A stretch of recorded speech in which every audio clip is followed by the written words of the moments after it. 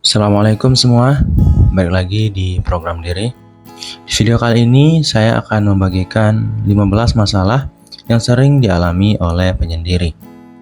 Dan saya harap dengan tahunya kita tentang masalah yang mungkin kita alami sebagai seorang penyendiri, kita bisa mencegah dampak-dampak buruk yang mungkin akan terjadi di masa depan.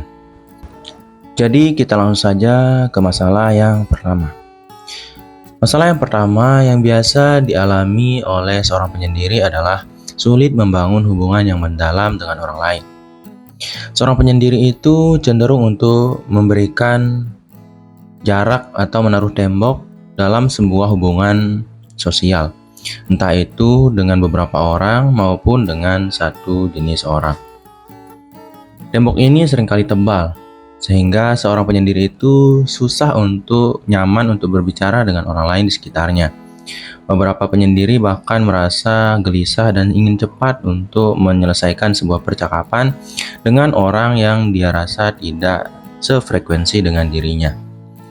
Inilah penyebab kenapa orang penyendiri sulit membangun hubungan yang mendalam, karena sifat penyendiri memang cenderung untuk menjaga jarak dengan orang lain dan menaruh tembok dalam setiap hubungan sosial. Masalah yang kedua yang mungkin terjadi adalah merasa kesepian dan terisolasi. Seorang penyendiri cenderung untuk menjauhi, meminta bantuan kepada orang lain. Ini akan membuat seorang penyendiri akan merasa sangat kesepian jika dihadapi oleh masalah-masalah yang cukup besar yang sebenarnya tidak terlalu mampu untuk dihadapi sendiri. Kita yang penyendiri akan merasa kesepian karena masalah itu begitu berat dan tidak ada orang di sekeliling kita. Kita juga akan merasa terisolasi karena seperti rasanya tidak ada orang lain di luar kita yang paham tentang apa yang kita rasakan dan pikirkan. Masalah yang ketiga adalah sulit menemukan orang yang cocok. Menjadi seorang penyendiri membuat kita memiliki jenis konsumsi yang biasanya berbeda dari orang pada umumnya. Hal ini yang membuat kita menjadi sulit sekali nyambung dengan orang yang ada di sekeliling kita. Karena apa yang kita konsumsi terlalu berbeda, yang mana membuat kita berpikir dengan cara yang berbeda, mengetahui hal yang berbeda, bahkan selera humor kita pun bisa berbeda. Dan sayangnya, perbedaan selera ini yang membuat kita kadang tidak bisa menemukan orang yang cocok untuk kita ajak berdiskusi maupun berbicara terkait apa yang kita rasakan dan pikirkan. Alhasil, kita cenderung untuk menahan diri untuk mengeluarkan semua keinginan untuk menceritakan hal-hal yang kita inginkan tersebut. Masalah yang keempat adalah sulit untuk berkomunikasi dengan spontan. Dunia sosial seringkali mengharuskan seseorang untuk berkomunikasi secara spontan, karena spontanitas itu akan membuat kita merasa lebih dekat dan menjadi semakin akrab dengan orang lain. Seperti saat kita baru memulai sebuah percakapan dengan orang lain, jika kita berani secara spontan untuk membahas sebuah topik yang mungkin terlihat sepele, tapi kita berani untuk memulai pembicaraan secara spontan, itu akan membuat kita jadi semakin dekat dengan orang tersebut dan memulai percakapan secara lebih meluas. Dan hal ini akan sulit terjadi jika kita berhadapan dengan orang yang penyendiri, di mana orang yang penyendiri itu cenderung untuk berpikir lebih banyak sebelum mereka berbicara. Kadang mereka seringkali berpikir, jika aku berbicara seperti ini, mengatakan hal-hal ini, aku akan terlihat seperti orang aneh atau tidak. Aku akan terlihat seperti orang yang terlalu berlebihan, alay atau tidak. Alhasil, pada akhirnya, kita yang penyendiri cenderung untuk menahan diri untuk mengungkapkan apa yang ingin kita ungkapkan kepada orang lain. Karena kita terlalu berpikir jauh tentang efek dan dampak dari apa yang kita katakan terhadap perasaan orang yang kita ajak bicara. Masalah yang kelima adalah mengalami kecemasan sosial. Kecemasan sosial ini ada beberapa jenis. Di antaranya adalah kecemasan sosial di mana kita merasa kita takut untuk mengunjungi tempat-tempat ramai karena kita tidak akan menemukan orang-orang yang benar-benar tepat untuk kita ajak bicara dalam kerumunan tersebut. Hal ini akan menyebabkan kecemasan yang sangat mendalam, karena kita akan sangat merasa kesepian jika kita berada di tempat yang ramai, namun kita tidak menemukan orang yang tepat untuk kita ajak bicara. Kita akan merasa sangat kesepian. Kecemasan sosial ini juga bisa muncul di saat kita berhadapan dengan orang baru. Jika kita bertemu dengan orang yang baru kita kenal atau belum pernah kita kenal sebelumnya, kita akan berpikir terlalu banyak, terlalu jauh tentang apa yang harus kita bicarakan terhadap orang tersebut, karena kita tidak tahu batasan atau ukuran dari jenis percakapan yang layak untuk kita utarakan terhadap orang-orang baru tersebut. Dan inilah yang membuat kita jadi cemas. Bahkan kecemasan ini akan berlangsung jika kita sudah sampai rumah dan kita mengatakan hal yang salah terhadap orang yang baru kita kenal tersebut. Masalah yang keenam yang sering dialami oleh seorang penyendiri adalah seringkali merasa rendah diri. Kemampuan sosial itu terasa begitu rumit untuk dipahami oleh seorang penyendiri. Kadang seorang penyendiri itu bingung kenapa orang bisa sesantai itu berbicara dengan orang lain tanpa merasa stres dan tanpa merasa tertekan oleh pemikiran-pemikiran negatif. Apalagi jika seorang penyendiri dihadapi dengan situasi ramai seperti tadi dan dia tidak menemukan satu orang pun untuk diajak bicara atau satu orang pun yang membuat dia nyaman untuk berbicara. Dia pasti akan merasa tertekan dan rendah diri. Itu karena orang yang memiliki kepribadian penyendiri selalu merasa sadar diri terhadap keadaan dan situasi yang mereka alami. Masalah yang sering dialami yang ketujuh adalah sulit mengekspresikan diri dengan orang lain. Ekspresi diri itu adalah sebuah cara komunikasi yang paling efektif untuk menyampaikan maksud dari apa yang kita inginkan terhadap orang lain. Dan dengan mampunya kita untuk mengekspresikan apa yang kita inginkan dan rasakan, akan membuat orang lebih paham dari apa tujuan kita menyampaikan sesuatu. Dan inilah yang tidak dimiliki oleh seorang penyendiri. Karena kurangnya pengalaman sosial dan kematangan sosial akan membuat kita sulit mengekspresikan apa yang kita inginkan dan perasaan kita saat kita berkomunikasi dengan orang lain. Itu karena kepekaan ini selalu membutuhkan jam terbang sosial yang cukup tinggi. Masalah yang sering dialami oleh seorang penyendiri yang ke-8 adalah sulit curhat kepada orang lain. Seorang penyendiri rata-rata memiliki sifat dan kepribadian yang tertutup. Akan sangat susah rasanya untuk membagikan masalah kita terhadap orang lain walaupun orang tersebut adalah orang yang dekat dengan kita. Kebanyakan kasus bahkan membuat orang lain lebih nyaman membagi informasi kepada kita daripada kita membagi informasi atau curhat kepada mereka. Alhasil kita terlihat seperti orang yang begitu kuat yang tidak punya masalah sama sekali, sehingga orang lain malah mencurhatkan masalahnya kepada kita.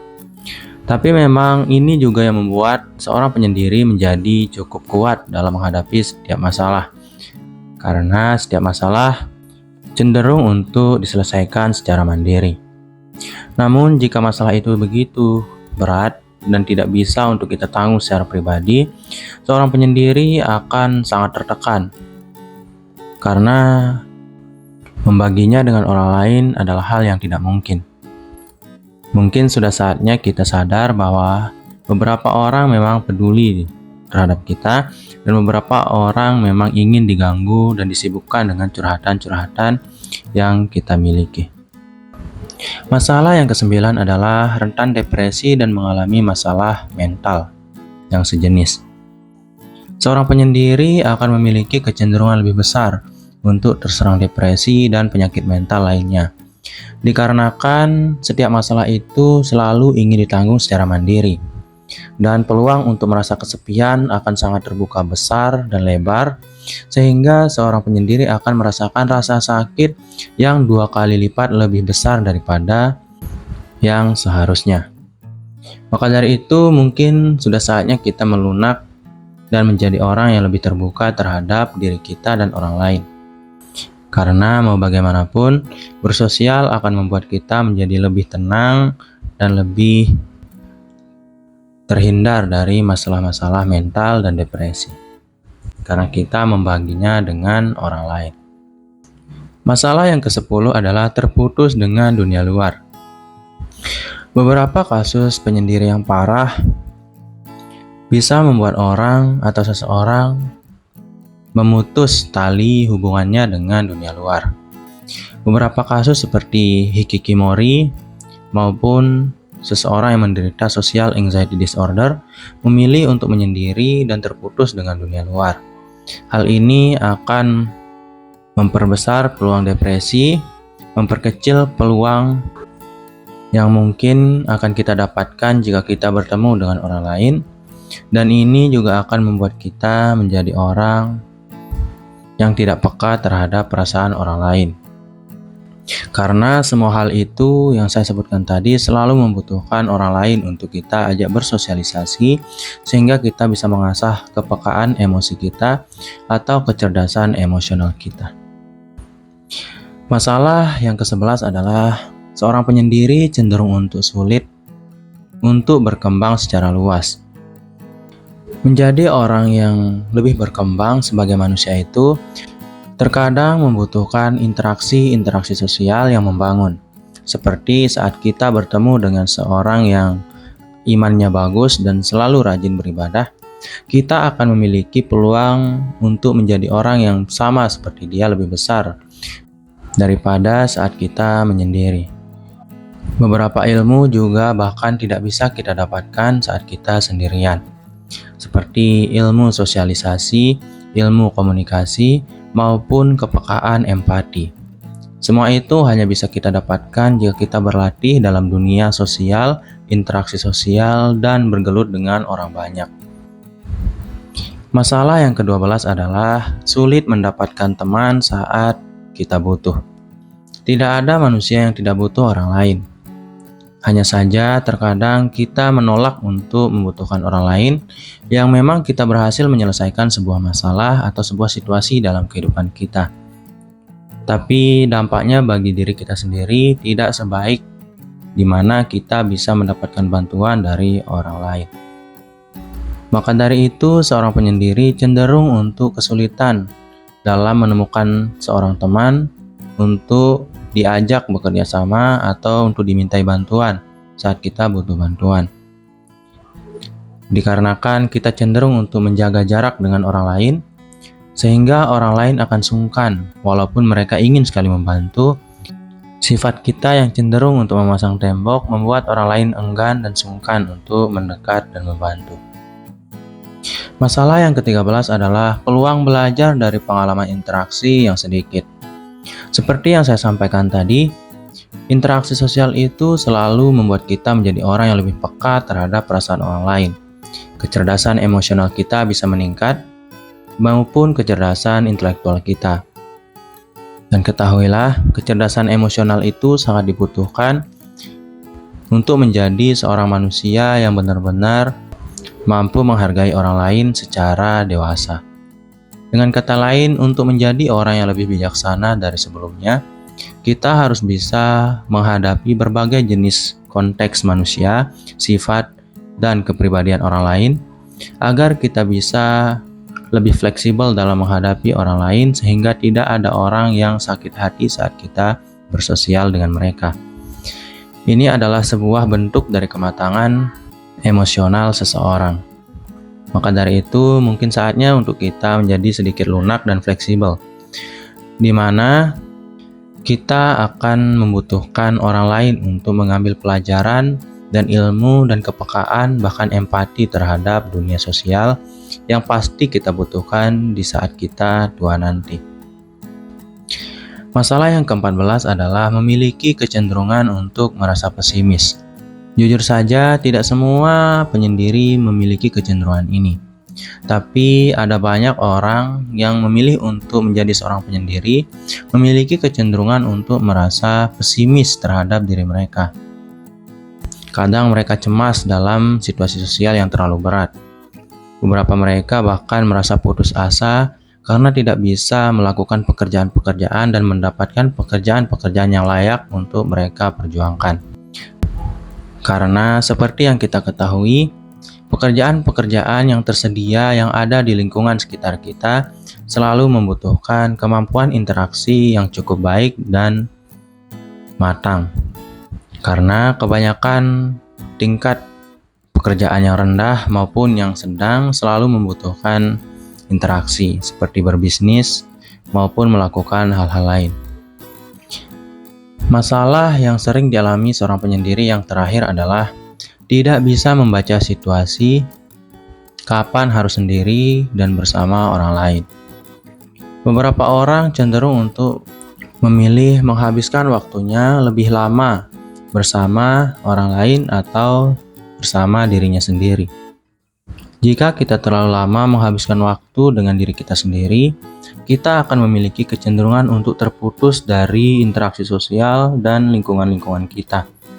Dan jika kita terlalu banyak menghabiskan waktu dengan orang lain, kita jadi lupa diri terhadap apa yang kita butuhkan dan apa yang benar-benar penting dalam kehidupan kita. Maka dari itu sangat penting untuk bisa menyeimbangkan kedua hal tersebut supaya kita bisa menjadi lebih bijaksana dan paham tentang diri kita, apa yang kita butuhkan, dan bagaimana kita menghargai orang lain saat kita bersama orang lain. Sekian dulu dari program diri, semoga video ini bermanfaat. Kalau ada yang kurang, komen di bawah. Sekian, wassalam.